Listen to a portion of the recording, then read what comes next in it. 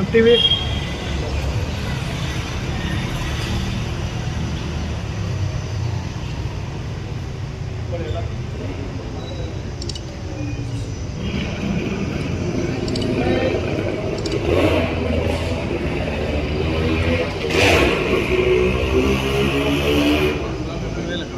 विश्व मानव संविधान शिल्पी doctor B are Ambedkar ಅವರಿಗೆ ಜೈ ಜೈ ಜೈ ಜೈ ಜೈ ಜೈ ಜೈ ಜೈ ಜೈ ಜೈ ಜೈ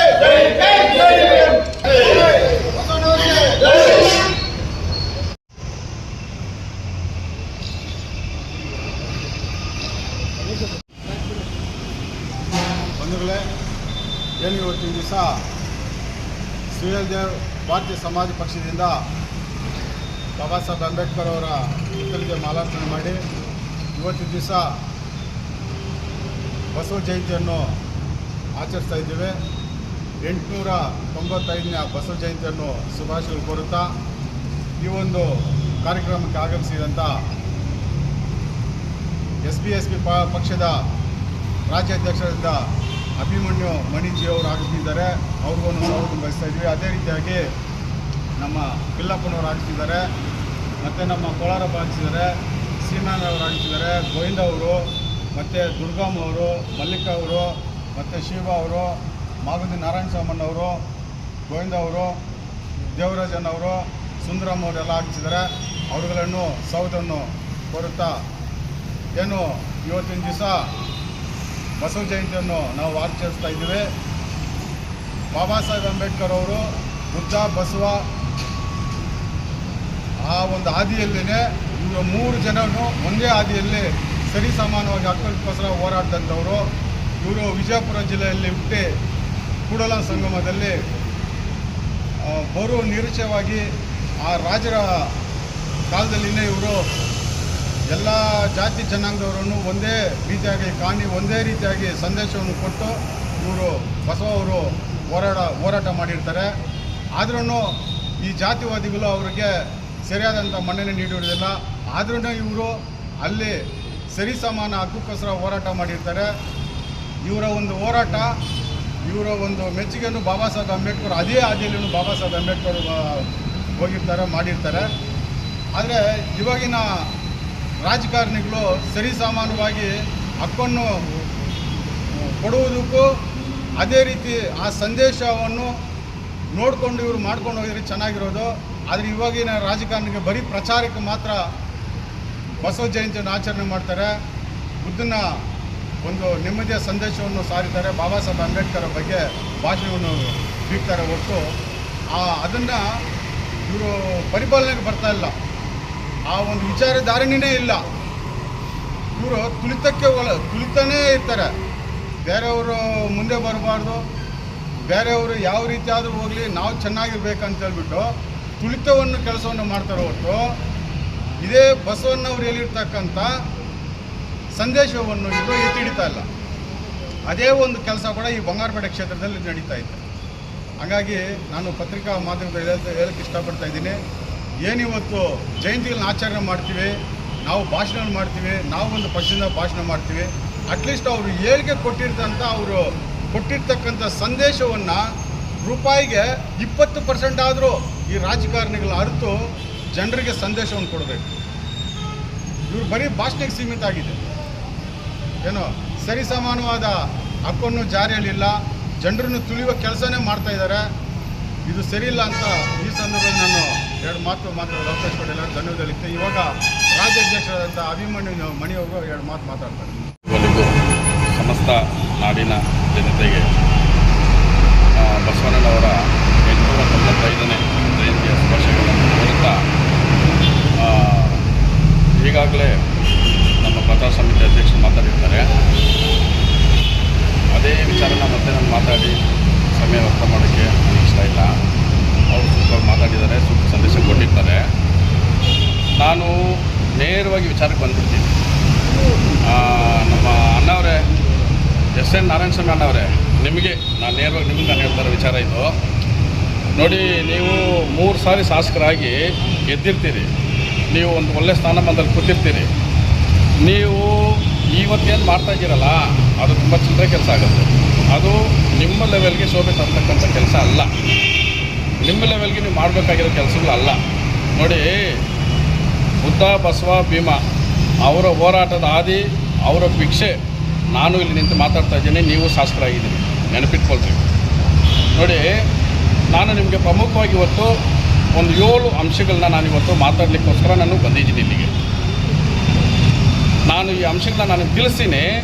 ಮತ್ತು ನೀವು ಏನು ರಾಜಕಾರಣ ಬೇಕಾದ್ರೆ ಮಾಡ್ಕೊಳ್ಳಿ, ನೀವು ಏನು ಗೂಂಡಾಗಿರಿ ಬೇಕಾದ್ರೆ ಮಾಡ್ಕೊಳ್ರಿ, ಯಾರು ಇಲ್ಲದವ್ರು ಯಾರೂ ಇಲ್ಲ. ಕಾರಣ ಏನು ಗೊತ್ತಾ, ನಾನು ಒಬ್ಬ ಹುಟ್ಟು ಹೋರಾಟಗಾರ. ಪ್ರಾಣದ ಮೇಲೆ ಆಸೆ ಇಟ್ಕೊಂಡು, ಹೆಂಡ್ರ ಮಕ್ಕಳ ಮೇಲೆ ಆಸೆ ಇಟ್ಕೊಂಡು, ಇನ್ನೊಂದ್ರ ಮೇಲೆ ಆಸೆ ಇಟ್ಕೊಂಡು, ಅಗರ್ಭ ಶ್ರೀಮಂತಿಕೆ ಮೇಲೆ ಆಸೆ ಇಟ್ಕೊಂಡು ನಾನು ಬಂದು ಪಕ್ಷ ಮಾಡಲಿಲ್ಲ. ಒಂದೊಂದು ರೂಪಾಯಿಗೂ ಶ್ರಮಿಸಿ ಬಾಬಾ ಸಾಹೇಬ್ ಅಂಬೇಡ್ಕರ್ ಹಾದಿಯಲ್ಲಿ ನಾವು ಒಂದೊಂದು ಹೆಜ್ಜೆನ ಇಟ್ಟು ಸಂಘಟನೆ ಕಟ್ಕೊಂಡು ಇವತ್ತು ಈ ಮಟ್ಟಕ್ಕೆ ಬಂದು ನಿಂತಿರೋದು.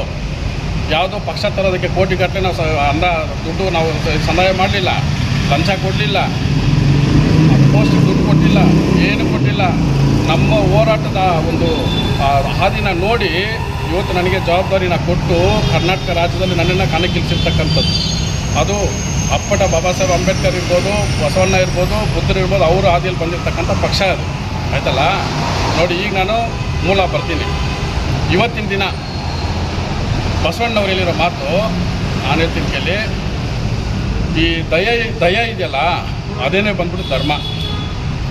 ಆಯ್ತಲ್ಲ. ಕಾಯಕ ಇದೆಯಲ್ಲ, ಅದೇ ಕೈಲಾಸ. ಇವತ್ತು ಅವರು ಒಂದು ಆಚರಣೆಗೆ ವಿರುದ್ಧವಾಗಿ ನೀವೇನು ಮಾಡ್ತಾಯಿದ್ದೀರಿ? ಇವತ್ತು ನಿಮ್ಮಲ್ಲಿ ಧರ್ಮ ಎಲ್ಲಿದೆ? ಕಾಯಕ ಎಲ್ಲಿದೆ? ದೇಹ ಎಲ್ಲಿದೆ? ಧರ್ಮ ಇರೋ ಕಡೆ ಏನು ಮಾಡ್ತಾಯಿದ್ದೀರಿ? ಕಾಯಕ ಇರೋ ಕಡೆ ಏನು ಮಾಡ್ತಾಯಿದ್ದೀರಿ? ನೀವೇನೇನು ಮಾಡ್ತಾಯಿದ್ದೀರಿ ನಿಮಗೆ ಗೊತ್ತು. ನಾನು ಮುಂದಿನ ದಿನದಲ್ಲಿ ನಾನು ಸ್ಪಷ್ಟವಾಗಿ ಹೇಳ್ತೀನಿ.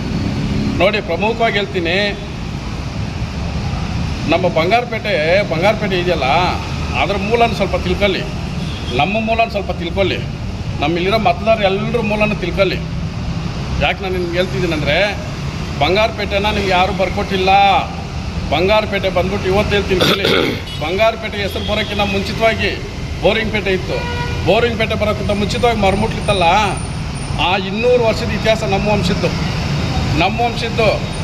ನಾನು ಹೇಳ್ಬಾರ್ದು, ನಿಮ್ಮ ಪರ್ಸನಲ್ ವೈಯಕ್ತಿಕ ವಿಚಾರ ಆಗ್ಬೋದು. ನಿಮ್ಮ ಅಪ್ಪಾಜಿ ಇದ್ದಾರಲ್ಲ, ಕುಪ್ಪನಲ್ಲಿ ಮುನಿಯಪ್ಪನ ಇದ್ದಾರಲ್ಲ, ಅವ್ರು ಇದ್ದಿದ್ರೆ ಅವತ್ತು ಹೇಳ್ತಾಯಿದ್ರು ಸಾಕ್ಷಿಯಾಗಿ. ಅವ್ರ ಮಕ್ಕಳು ಏನಿರ್ತಾ ಇದ್ರಲ್ಲ ಅವತ್ತು, ಇದೇ ಸುಭಾಷ್ ಶೆಟ್ಟಿ ಕಾಂಪೌಂಡ್ ಅಂತಿರಲ್ಲ, ಆ ಸರ್ಕಲ್ ಇದೆಯಲ್ಲ, ಅಂಬೇಡ್ಕರ್ ಸರ್ಕಲ್ಲು, ಅಲ್ಲಿ ನಾನು ಗೋಲಿ ಆಡಿರ್ತಕ್ಕಂಥ ಹುಡುಗ 1990ರಲ್ಲಿ. ಅದು ನಮ್ಮ ಅಪ್ಪ ಪಲ್ನಿ ಅವ್ರ ಹತ್ತೋಟಲ್ಲಿದ್ದ ಜಾಗ ಅದು. ಅರ್ಥ ಆಯ್ತಲ್ಲ. ಅದು ಲಪ್ಟಾಯಿಸಿ ಇರಲ್ಲ, ಅಲ್ಲಿ ನಮ್ಮದೊಂದು ಎಳ್ನೀರು ಅಂಗಡಿ ಇತ್ತು, ಸೌದೆ ಮಂಡಿ ಇತ್ತು, ಉಳ್ಳಂಗಡಿ ಇತ್ತು, ತೆಂಗಿನಕಾಯಿ ಮಂಡಿ ಇತ್ತು. ಅಲ್ಲಿ 90ರಲ್ಲಿ ನಾನು ಹೇಳ್ತಾ ಇರೋದು ಬರ್ದಿಕ್ಕಲ್ಲಿ ನಮ್ಮ ಬದ್ರಿ ಸಾಹೇಬ್ರು, ಸ್ಟಾಂಪ್ ಪೇಂಟ್ರು ಬದ್ರಿ ಸಾಹೇಬ್ರಿಗೆ ಗೊತ್ತು. ಅದ ನಿಮ್ಮ ಮೂಲನೂ ನಮ್ಗೆ ಗೊತ್ತು. ಅರ್ಥ ಆಯ್ತಲ್ಲ. ಅಲ್ಲಿ ನಾನು ಗೋಲಿ ಆಡ್ಕೊಂಡು ಬೆಳೆದಿರ್ತೀನಿ. ಅವತ್ತು ನಮ್ಮ ಮುನಿಯಪ್ಪ ತಾತ ಬಂದುಬಿಟ್ಟು ಎಲ್ದಿರೋ ಮಕ್ಕಳಿನ ತಗೊಬಂದು ಎಳ್ನೀರು ಅಂಗಡಿ ಮುಂದೆ ಕುತ್ಕೊಂಡು ಮಾರೋರು ಪ್ರತಿ ಶುಕ್ರವಾರ. ಅವತ್ತಿದೆ ಅಬ್ದುಲ್ಲಾ ಗಾಡಿ ತಳ್ಕೊಂಡು ಬರೋರು ಹರಿರ ಬಾಯಿ. ಅವತ್ತು ನಮ್ಮ ಅಪ್ಪನೂ ಮುನಿಯಪ್ಪನ ಬಂದು ಕುತ್ಕೊಂಡು ಹರಿರ ಕುಡಿದು ನಮಗೂ ಕುಡಿಸಿ ಬೆಳೆಸಿದ ದರ್ಡಿ ನಾನು. ಅರ್ಥ ಆಯ್ತಲ್ಲ. ಇವತ್ತು ನೀವು ಮಾಡ್ತಾಯಿದ್ದ ದೌರ್ಜನ್ಯ ಇದನ್ನೆಲ್ಲ ಮರೆತು ಬಿಟ್ಟಿದ್ದೀರಿ, ಎಲ್ಲ ಬಿಟ್ಬಿಟ್ಟಿದ್ದೀರಿ. ಕೋಟಿಗೆ ಅಗರ್ಭ ಶ್ರೀಮಂತ ಥರ ನಡ್ಕೊಂಡು ಬಂಗಾರಪೇಟೆನ ನನಗೆ ಬರ್ಕೊಟ್ಬಿಟ್ಟಿದ್ದಾರೆ.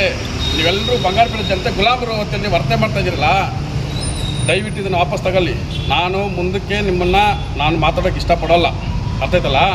ಎರಡನೇದು, ನಿಮ್ಮ ಅಧಿಕಾರ ದಾಹ ಇದೆಯಲ್ಲ, ಆ ಅಧಿಕಾರ ದಾಹಕ್ಕೆ ನಾನು ಒಂದು 3 ಉತ್ತರ ಕೊಡ್ತೀನಿ ನಾನು. ಅರ್ಥ ಆಯ್ತಲ್ಲ. ನೋಡಿ, ಇಡೀ ವಿಶ್ವನೇ ಆಳಬೇಕು ಅಂತೇಳಿ ಹೊರಟಿರ್ತಕ್ಕಂಥ ಅಲೆಕ್ಸಾಂಡರ್ ಇದ್ದಾರಲ್ಲ, ಅವರು ಇಡೀ ವಿಶ್ವನ ಮುಟ್ಗೋಲು ಮಾಡ್ಕೊಂಡು ಬರ್ತಾರೆ. ಹಿಮಾಲಯಕ್ಕೆ ಬಂದಾಗ ಹರಿತಕ್ಕಂಥ ಸುಣ್ಣ ನೀರಲ್ಲಿ ವಿಷ ಬೆರ್ಕೊಂಡು ಬಂದಿರುತ್ತೆ. ಕುಡಿದ್ಬಿಟ್ಟು ಸಾಯೋ ಗಲಿಗೆಯಲ್ಲಿ ಹೇಳ್ತಾರೆ ಏನಂತ, ನನ್ನ ದಾಹ ಇನ್ನೂ ತೀರಲಿಲ್ಲ, ನನ್ನ ಮಣ್ಣಲ್ಲಿ ಹಾಕಿ ಮುಚ್ಚಿದಾರಲ್ಲ, ಸಮಾಧಿ ಮಾಡ್ತಿರಲ್ಲ, ಆಗ ನನ್ನ ಕೈನ ಮಾತ್ರ ಮೇಲಕ್ಕೆ ಇಟ್ಬಿಡಿ, ಈ ಕೈ ಇದಿಲ್ಲ ಹಸ್ತ ಇದು ಮಾತ್ರ ಮೇಲೆ ಇರಲಿ, ಯಾಕಂದ್ರೆ ನನ್ನ ಆಸೆ ಇನ್ನೂ ದಾಹ ತೀರಲಿಲ್ಲ ಅಂತೇಳಿ. ಅರ್ಧಲ್ಲ. ಆ ಮಟ್ಟಕ್ಕೆ ಹೋಗಬೇಡಿ. ಅದೇನಾದ್ರು ಒಂದು ಸಮಯ ಮಾಡಬೇಕಂದ್ರೆ ನಮ್ಮ ಸರ್ಕಾರ ಇರಲಿ ಇಲ್ದಿರೋ ಹೋಗಲಿ, ನಾವು ಹೋರಾಟಗಾರರಿಗೆ ಉಳ್ಕೊಂಡ್ರೂ ಪರವಾಗಿಲ್ಲ. ಆ ದಿನಗಳಲ್ಲಿ ಯಾರ್ದೋ ಕೈ ಕಾಲು ಬಿದ್ದಾದರೂ ನಾನು ಆ ಒಂದು ವ್ಯವಸ್ಥೆ ಮಾಡಿಸ್ತೀನಿ. ಸರಿನಾ. ಎರಡನೇದು, ಇವತ್ತೇನು ಹಿಟ್ಲರ್ ಇದ್ದಾರಲ್ಲ, ಜರ್ಮನಿ ಆಳ್ದವರು 1930ರಿಂದ 36ರಲ್ಲಿ ಒಂದು ಘಟನೆ ನಡೀತದೆ. ಮಿಶ್ಲಿನ್ ಇವತ್ತೇನು ಟೈರ್ ಕಂಪ್ನಿ ಇದೆಯಲ್ಲ, ಅವರು ಇದೇ ಸೇಮ್ ಸರ್ವಾಧಿಕಾರಿನೇ ಅವರು. ಸರ್ವಾಧಿಕಾರಿತನಕ್ಕೆ ಅವ್ರಿಗೇನು ಪ್ರೈಸ್ ಬರುತ್ತೆ ಗೊತ್ತಾ? ಕೊನೆಗೆ ಮಿಸ್ಲಿನ ಬಂದ್ಬಿಟ್ಟು ಕಣ್ಣು ಗುಡ್ಡೆಗಳು ಆಚೆ ಬಂದಾಗ ಹೊಡೆದು ನೇತಾಕ್ತಾರೆ. ಜನ ತಂಗೆ ಹೇಳ್ತಾರೆ ನೋಡಿ, ಇವತ್ತು ನಿಮ್ಮ ಒಂದು ಸೋಲಿನ ಭೀತಿ ನಿಮ್ಮನ್ನು ಕಾಡ್ತಾ ಇರೋದು ನನಗೆ ಗೊತ್ತಾಗ್ತಾ ಇದೆ, ನಮಗೆಲ್ಲ ಜನತೆಗೆ ಗೊತ್ತಾಗ್ತಾ ಇದೆ. ಅರ್ಥ ಆಯ್ತಲ್ಲ? ನಿಮ್ಮ ಸೋಲಿನ ಭೀತಿಯಿಂದ ನೀವೇನೆಲ್ಲ ಮಾಡ್ಬೋದೆಲ್ಲ ಮಾಡ್ತಾ ಇದ್ದೀರಿ. ನನಗೆ ಅರ್ಥ ಆಗತ್ತಣ್ಣ, ನನಗೆ ಅರ್ಥ ಆಗಿಲ್ಲ ಅಂತೇನಿಲ್ಲ.